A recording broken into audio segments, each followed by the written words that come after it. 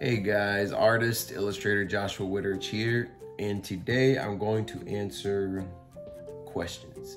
I guess this is my first little Q&A ever, and I'm putting it on YouTube. And the other day I asked on Facebook and Instagram, just ask me a question, any kind of question concerning art, illustrating, books, publishing, children's books, anything like that, and I'll be more than happy to answer them. So Instagram didn't ask anything, which I was kind of surprised by that. Usually Instagram has questions. They didn't ask anything, but Facebook came through a little bit. We have 4 questions. So this is my first Q&A, so I'm excited to even have 4 questions that 4 people are interested in. But anyways, so I'm gonna answer those questions, and I wrote them on a little piece of paper, old school. But anyways, first question, hey Josh, do you do your art full-time as your main vocation, or do you do other things? So first of all, hey, hello, how are you? And thank you for asking that question. I do art, specifically children's book illustrations and designing children's books full time. That's what I do for a living. That's how I pay my bills, and that's what I do all day long. And it took me a little over 11 years to get to this point, to be able to stand on my own. For many years I worked 2 jobs, and it was always art on the side, illustrating on the side. And in 2011, I think, I got my first illustration job. A friend was actually recommended me, and she called me up right away. It's actually the first book illustrated, The Princess Pearls and Pekingese Celebrate Christmas by Jamie Katz. And I started that. That was my first ever illustrating and being published in a children's book. And that's what opened the doors for me. And then after that, I was still working 1-2 jobs. I mainly worked at Starbucks for many years, many years. I believe like about 15 or so years altogether. And I worked there, and I did art on the side. And my prayer was always that was always my yearning, is to do something that God gifted me with, to do it full time. That's what I wanted to do for a living, is what God blessed me with talents to do. And so that's what I do full time. And it took me a while to get there. It took a lot of labor of love, a lot of all day, every day, all weekend, all night, early in the morning. I used to work at Starbucks, used to get up. I had to be there for, depending on what store I worked at, anywhere between 4 and 5 a.m. So I would wake up before that, and I would do illustrations, and I would work at my job, and then I'd come home and I'd be tired, and I would take a nap or whatever, and then I would get started again in the evening and do it all over the next day. And I started picking up jobs through freelance platforms, and I had to start real small. I was picking up projects, illustrating full books for $200. That's absolutely nothing. That's gas money and a few groceries. That's how I had to start. So I had to do that on the side, and and projects kept coming in. And as soon as I learned my worth and adapted my style of illustration, which took me a while to get there, that goes to my next question that I have. I'll talk more about that, but it took me a long time to get to where I'm at. Some people, they give up, and a lot of people think that it's impossible. I was told all the time, what do you do for a living, blah, blah, blah. I was like, well, I'm an artist, I'm an illustrator. I was like, oh, okay, well, what do you do for a living? Like, how do you pay your bills? Like, well, that's what I do. I illustrate books, and that's how I pay my bills. And it's not the average kind of clock in, job, clock in and out. I do this all day, every day. It's an all day thing, a weekend thing. I do take days off. I try to take Saturdays off to honor the Sabbath day that the Lord gave us to rest. And that's the day I try to rest from not doing anything at all. Sometimes it's hard, you know, when you're on crunch time, you got things to do. But thank you, Lord, for rest days. But so that's what I do full time, and is a lot of hard work, a lot of prayer, a lot of hanging on by my faith to get to where I'm at. As time went by, my projects have gotten bigger. I've established a name for myself. I established my style. I established prices. I've got a hold of the business side of art. If you do this for a living, there is a business side to it. You can't be afraid to price things, to quote things. You can't be afraid to tell people straight up how much they're going to owe you. You can't be afraid to tell people things. You gotta have your contracts. You got to have knowledge of that. You gotta have knowledge. And then you gotta be a man of your word. If you say you're gonna do something, you need to do it. Don't ever flake out on anything. If one thing I learned from my dad used to tell me all the time, is to never pass up an opportunity, no matter what it is, no matter if you're doing something for free or it's very cheap. Don't ever pass up an opportunity, and don't ever flake out, and always be a man of your word. If you say you're going to do something, do it, no matter how hard the situation is, no matter how much you don't want to do it, just do it, because it will pay off in the end. I've done many things for free, and I've done many things for very cheap, and I've done many things because I wanted to, but it's opened the door and got me ready for the next thing. So, you know, fast forward in years that passed by, 11, 12, however many years it's been so far. Fast forward that, and it was all worth it, because now I'm happy to say that I illustrate books for a living, full time. That's it. I don't work 2, 3 jobs. I don't do any of that. I do this full time, and thank God, you know, it's an answer to prayer that I prayed for many years. And you know, it's a lot of hard work and dedication and faith and prayer, and that's what I do for a living, and I'm happy to do it. I've learned a lot. I've learned a lot about the publishing industry. I've learned a lot about designing books, publishing books. Now I am my own press. I call myself Joshua Witterich Blue Wing Press, and that's because the blue wing signifies me. It's blue more for butterfly, signifies freedom in creation and freedom in just me being free in it, and freedom being led by the Holy Spirit. And that's what my brand represents. And also it's Christian based. And when I say Christian based, I'm not, you know, just saying like, oh, I believe in God, this and that, but I actually do stand on principles and morals of the Bible, of Scripture, and what Scripture says. And I stand on that, and the way I do business, and the way I do work, and even my rest days, like I said, honoring the Sabbath day, it's all part of the way I do business and the way I work. And I have really thrived, and God has really blessed me to be able to do that.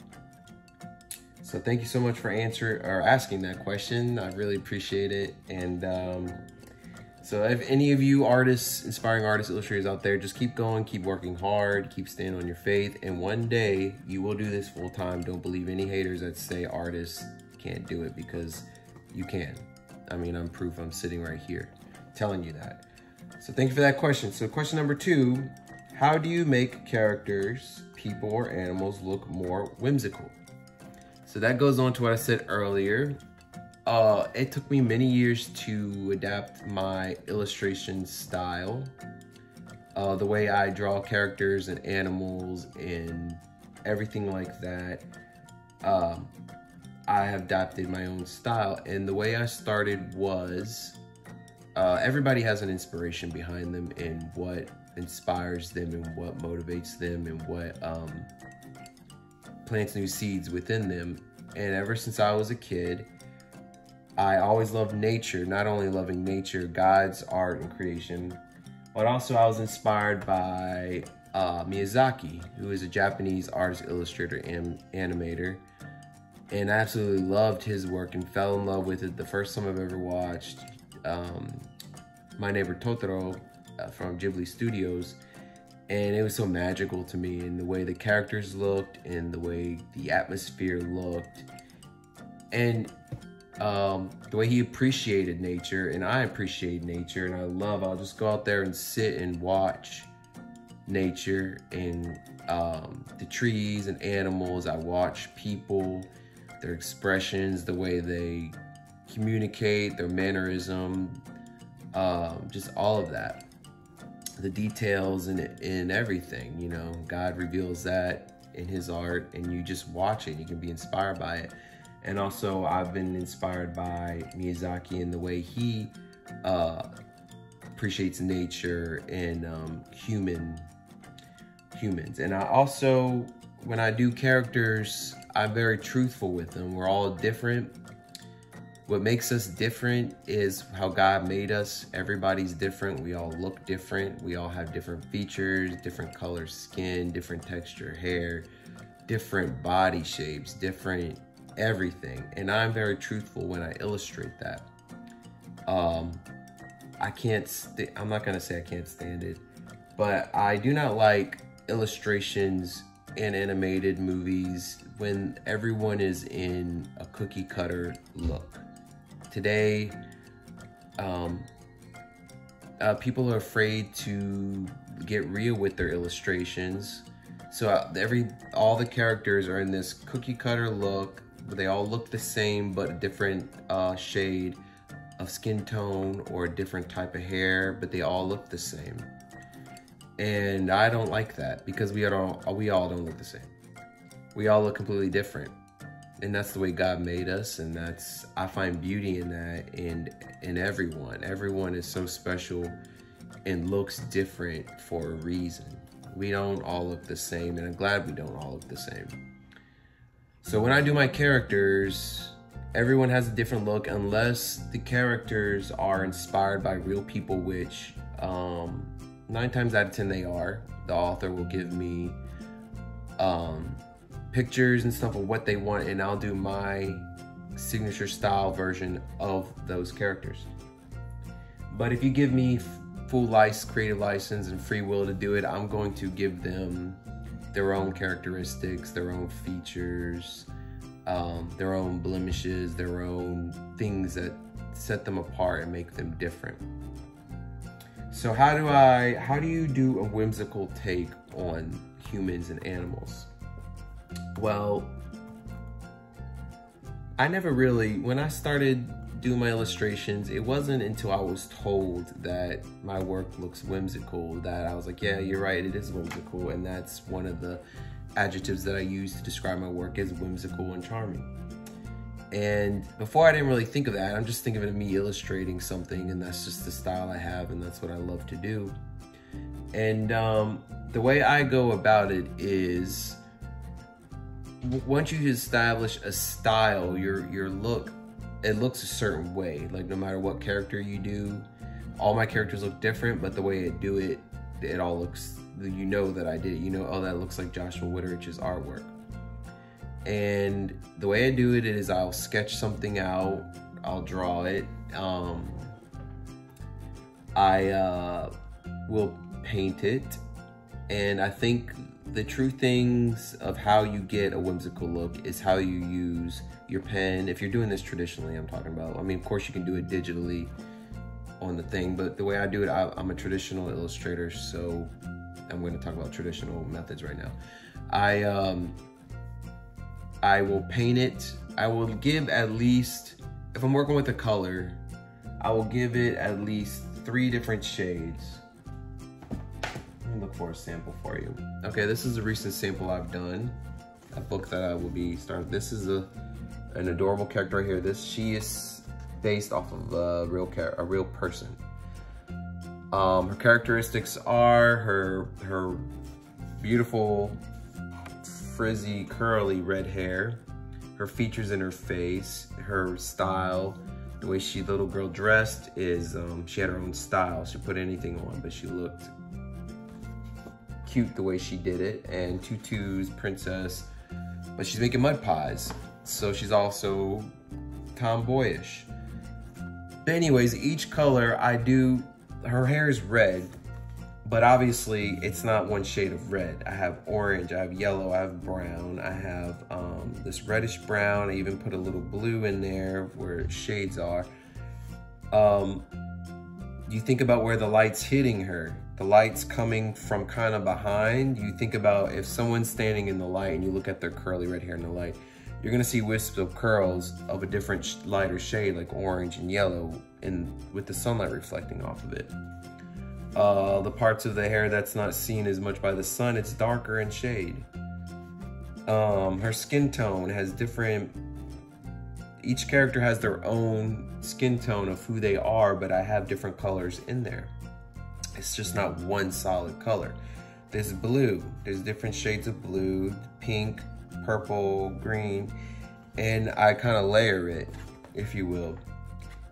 So the way the water, and this is watercolor. Watercolor always automatically looks whimsical no matter what you do. So you're using watercolor and you're getting these colors, and then after we establish the colors, I go in with pens.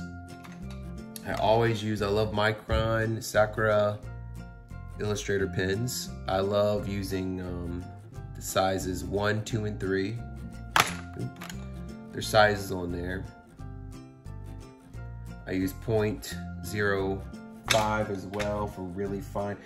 The number is how big the tip is. So I use, you know, give it that thin. The one and 2 is what I normally use to give it that wispy, thin, whimsy stroke of pen. The more far back something is, the smaller the tip I use. If it's way back in the background, I won't even ink it. It'll just be like a blur of something in the background, kind of like this. This book, Butterfly Butterfly by Jim H. Kelly. The farther it is, the bigger the ink pen was. I think this was like a 5 maybe, right here up in front, these blades of grass, because this is in the foreground. Then you got this going on, which I wanted this to be the main focus of the caterpillar and the mushrooms. This was like a 2 or 3. And then this back here, I did not ink at all. It's just watercolor. And I wanted that to be in the background, like it's faded in the background. This is also very whimsy. The illustrations in this book are very whimsy color. And that's what I do.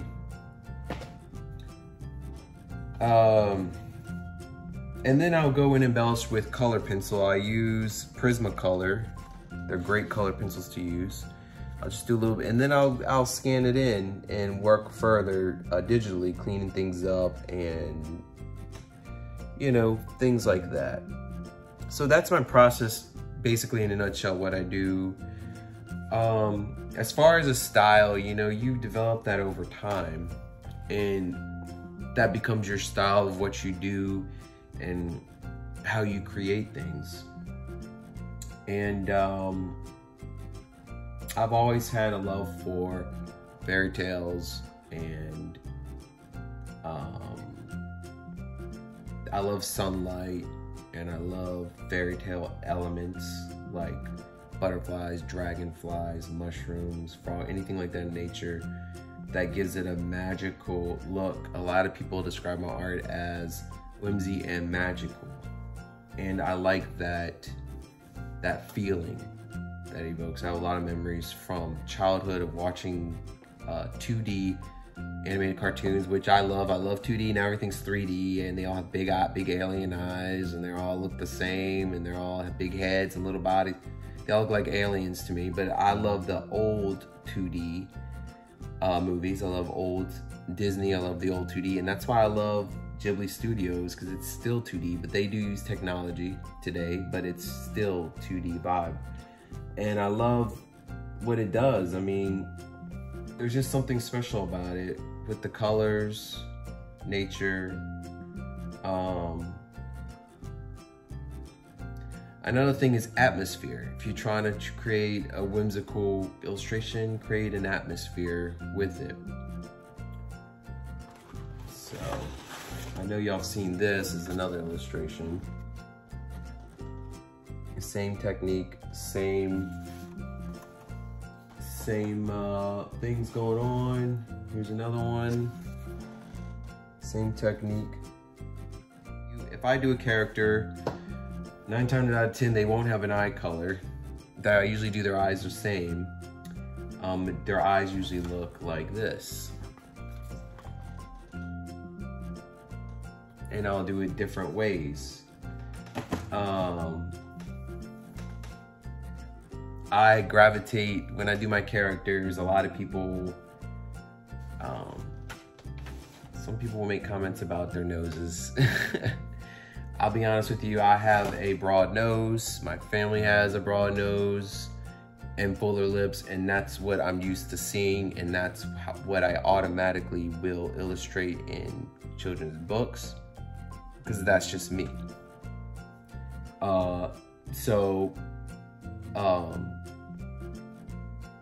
Anyways, that's off the point. But anyways, for whimsy, you'll figure it out over time, and the more you do, the easier it becomes, and the more it's like, man, this is one beautiful, powerful, magical, whimsy illustration. So thank you for that question. My next question, how are you with possum drawings? Well, I think I'm pretty good. I have done a recent possum illustration in Butterfly of a Possum. I've mentioned this before. A lot of people think that the work that they see is what I can only do. Like I said before, the work that you see in children's books illustrations, that is my illustrated style that I do for children's books. I can do anything, and I can draw anything. I can do any kind of style, realistic, line drawings, value, paintings. I can do anything. I've been in art since I was a little kid. I was in the Talented Arts program when I was a kid, and I was in that through junior high and high school. I was the only Talented Arts kid in my senior year in high school. I was the only one in my class, literally. I was just me and the art instructor. I had gotten grants to do art schools. I got accepted into Savannah College of Art. I got accepted into the art college in New York.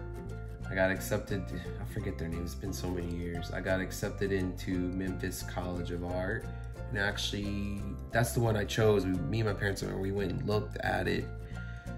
We walked around the college, and we did some drawing courses there, and we looked at the dorms, and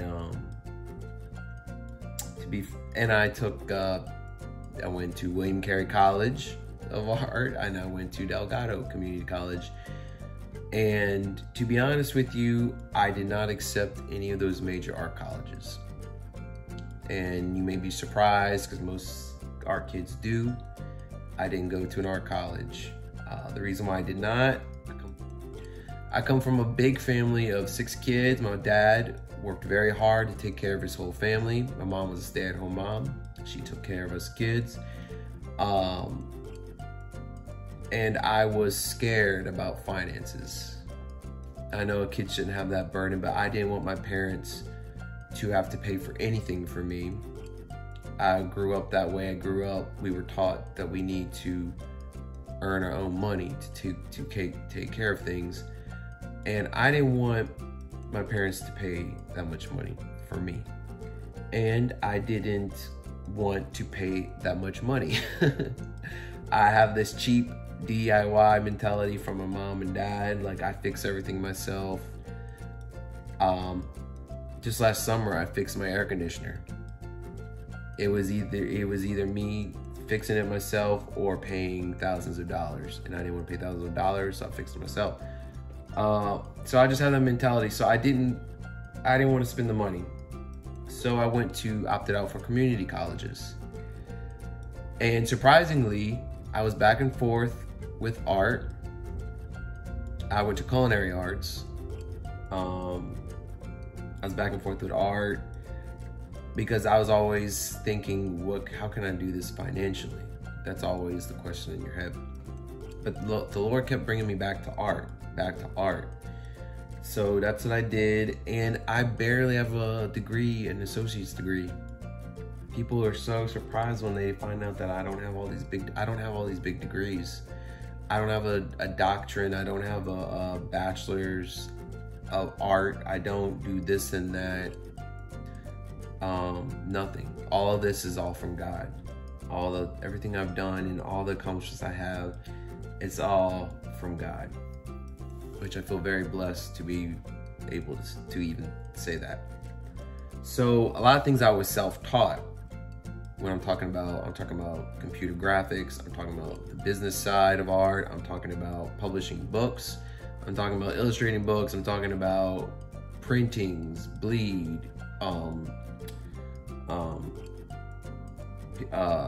pixels per inch. My mind goes blank, I can't think of nothing. Layers and computers like Adobe Illustrator, Photoshop, GIMP, vectors, and things of that nature. I didn't learn any of that in college. I had to teach myself. Over the years, I've learned how to do it myself.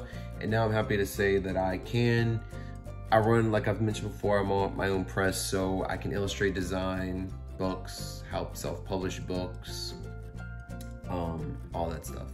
Do marketing pieces. Pretty much can do anything, and I can draw anything. So sorry, I went on another tangent. Yes, I can draw possums.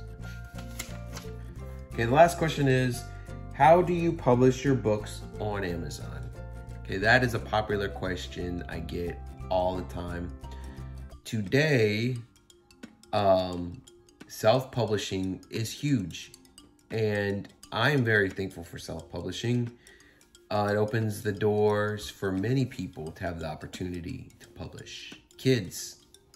I know kid authors. I know a student who worked with her on a book, learning about you, preventing type 2 diabetes. It was a really great book that we collaborated together. She was in high school, and she wanted this book done as part of her portfolio for college she was going to. And so she was a published author before even going to college. And that's amazing of the opportunities out there. You just have to want to do it. You got to be a go-getter, and you got to work hard, and you got to do it. So I'll just say this. The difference in publishing is there are 3 types of publishing. There are traditional publishing houses, there are vanity presses, and there are self-publishing platforms. Those are the 3 main popular things that people use. A traditional publishing house is probably the most wanted, the most yearn to be represented by a traditional publishing houses. That's all the big time authors that you see out there, all the books, the well-known books that are out there. Those publishing houses, it's very hard to get your work into there. Someone just turned their music on out there. Sorry. They're hard to get out there. You have to, first of all, they want to see that you're represented by an agent. And now, not every agent will accept you. You got to query agents. You got to query publishing houses. They want to see your work. Does your work align with the publishing house? Is it something that they can sell? Is your work trending? The book that you wrote, the illustrations that you have, is it trending? Is it something that's being accepted worldwide? Is it being sold? Does it align with the publishing houses, what they publish? Those are the first questions. If they see that your work will sell, it's all about money, folks. If they see that it can sell, they will publish your book. If it looks like this is going to be it, this is a big seller, they'll grab it and they'll publish it. Now, how long it takes for them to see it, that's the question. That could take months, years for them to get through their big old pile. As soon as something turns them off about it, they'll throw you in a big slush pile, and you're at the end of this big pyramid of work, just chilling there and not ever seen. So it's best to be represented by an agent. You got a query agent, same thing. Does this agent, do they see that they can make money off of you? Do you align with their beliefs?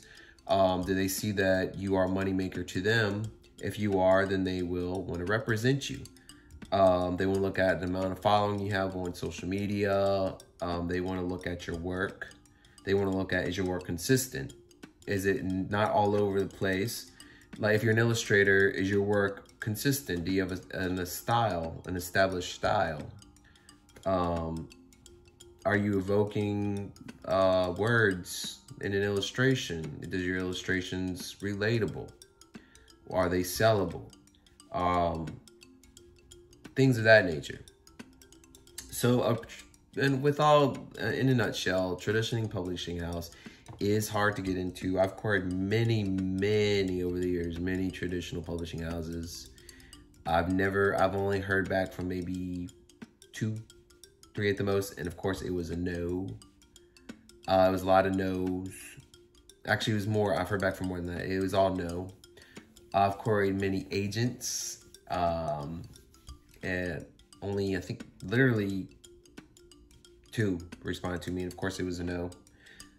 A lot of them will either say they're not accepting, your work doesn't align with them, or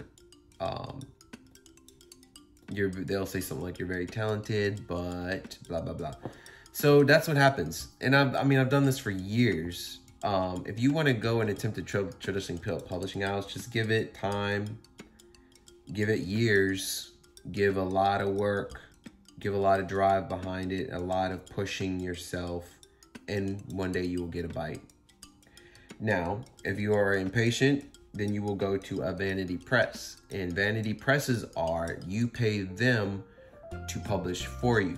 They are not a traditional publishing house. If you're paying a publishing house thousands of dollars to publish your book, they are not traditional no matter what they say. They're not traditional. A traditional publishing house will pay you. If they see that your work will sell, they will pay you to publish your book.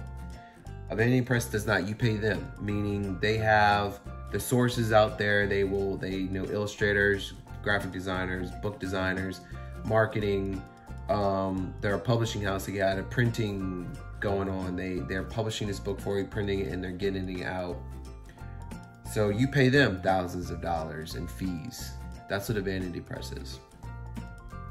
Then there's self-publishing. And my thing is, if you are a hard worker, if you are a go-getter, if you are a pusher, if you are a hustler, then you should self-publish over vanity press. For the thing is, self-publishing, that's what you are the publisher. So you need to look for your illustrator, your graphic designer. You need to push your books. You need to ramp up excitement for your book, for the publishing date when it goes live down the road. Ramp up some pre-sales before the book publishes so it could rank. So now, how do you publish your books on Amazon? So that's just it. So KDP Amazon and Ingram Spark are the 2 publishing houses I do recommend to authors that I am fluent with, and I help authors self-publish through those platforms. And Amazon is the most well-known. Amazon offers paperback and Kindle ebook. Amazon is free to use, but your book needs to be ready before submitting it. So you still got to find your illustrator, someone to put the book together, all of that. Figure out keywords, how to get your book to rank. All of that is very strategic. So for my advice would be to be patient, first of all, because if you're gonna go rush into it, you might mess up opportunities that could have had if you were patient. So be patient. Be willing to spend money. You got to spend money on an illustrator, graphic designer, If you need an editor, you gotta spend money on an editor. I advise all those things. That's another thing of being patient. Another thing is ramp up excitement for your book. So basically, I illustrate and design books. I put them together in book format. I will assist you in self-publishing and all that. And for me, my take on a successful book is have a well-edited manuscript first and foremost. Before you send it to an illustrator, to me, have a well-edited manuscript. If it's a very simple manuscript with 600 words or less, you might be able to edit it yourself. If you personally know editors, have them edit it before you look at it. If it's something, a lot of text, it's probably wise to get it edited professionally by a professional editor. But make sure it's edited as well as possible. And then the illustrator will illustrate the book. The design, if the illustrator is a graphic designer, they'll put the book together, text placement, pagination, like page flow, design, the way it flows together, the covers into one print-ready file, and then the cover will be in a separate print-ready file. So you upload those, and then keywords. Keywords are very important. I have a tool called KDP Rocket that gives me ideal keywords for certain books. They give you like 5 options of your keywords, so that will help generate flow. Also, start social media or a website, anything about your book. Start ramping up excitement like a year before your book's published. Start ramping up excitement. It needs to be in their head. They need to think about it. You don't want to just overrun people with like, look at my book, look at this coming up, this and that. You post every now and then, don't overwhelm people with your upcoming book, but keep it in their mind. Let them think about it, let them see it, grow excitement for it. As you get closer to your book publishing date, you can do pre-sales. Pre-sales are great because it ramps up your ranking when the book is live. You will be boosted up to the top. You would like to be in the top 100 on Amazon because that's the top 100 books that they will have. So you do a lot of pre-sales for books. So that by the time the book is live, yay, the book's live, let's celebrate.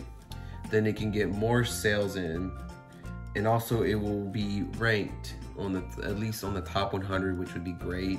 The lower the number, getting closer to 1, the better. So you have that. So you have that going on. Also, you push your book locally. Starting local is the best thing. So local shops, boutiques, fairs. Where I live in the New Orleans area, I live in Slidell. We were very big on arts and street fairs and art fairs. So setting up a booth, having book signings all the time. Go have book readings, request at schools and libraries. Start locally, and then you'll eventually spread, but start locally and do all that. Now, how can I get your book in a bookstore? Book, that's different. A book and mortar, a bookstore, brick and mortar store or library wants your book to be returnable, have a spine, and usually hardback. So KDP, Amazon does not offer hardback yet. It has to be a certain amount of pages to be hardback. Most children's books are not more than 70, that's too many. An average children's book is about 30-ish, 34 pages to maybe 40 at the most, but that's a lot. So I recommend Ingram Spark. Ingram Spark does hardback. With hardback, you have to have a spine. So we'll have the spine, it'll be hardback. You register your book with the Library of Congress to have the number already out there. You get an imprinted ISBN. Imprinted ISBN meaning you can, it's your own ISBN. You can name yourself, like I call myself Blue Wing Press. You just name your press and you imprint it on the ISBN. Let me look for another one. Jim H. Kelly, his publishing name, Kelly Creek Press. So he imprinted an ISBN, Kelly Creek Press. So when the book is sold and it's got its information online and stuff, it will say Kelly Creek Press. It have the ISBN number, when it was published, and then you want to have attached to the ISBN that it is returnable. Bookstores want to see that it's returnable, for the sake of them having it on their shelves. If it's not selling absolutely at all, they will probably want to return and get their money back. They have that opportunity to do that, so they want that. So those are the main things that you look for. If you want your books in bookstore, libraries, Library of Congress, make sure it has a spine, make sure it's an imprinted ISBN marked as like at least returnable. So you have those going on with you. So with that says, how do you publish your books on Amazon? Anybody can publish their books on Amazon. Anybody can. Just make sure your book, your children's book, is at least 24 pages. Make sure that you know whether your illustrations have bleed or not. Make sure your margins are correct. They have guidelines all in there that you follow for covers and margins and interior and bleed and all that stuff. And make sure you have a good team. Someone who will support you, someone who is great at what they do, have passion for what they do, someone who wants to help you succeed. And so all those things, that's how you publish your book. So first and foremost, you get the idea, you get your story, you get it edited, you get an illustrator, you get a graphic designer, you get a publishing date, you be patient, you work hard, you work together, you get the book out, and you keep going. So those are the questions. Sorry I ranted a lot. I mean, there's 4 questions, a lot of detail and everything. I'm sure I missed main points talking about it. But thank you for those questions, and I'll do another quick Q&A down the road when people start getting a little bit more interested. But thank you for that opportunity for me to answer questions, and until next time, God bless.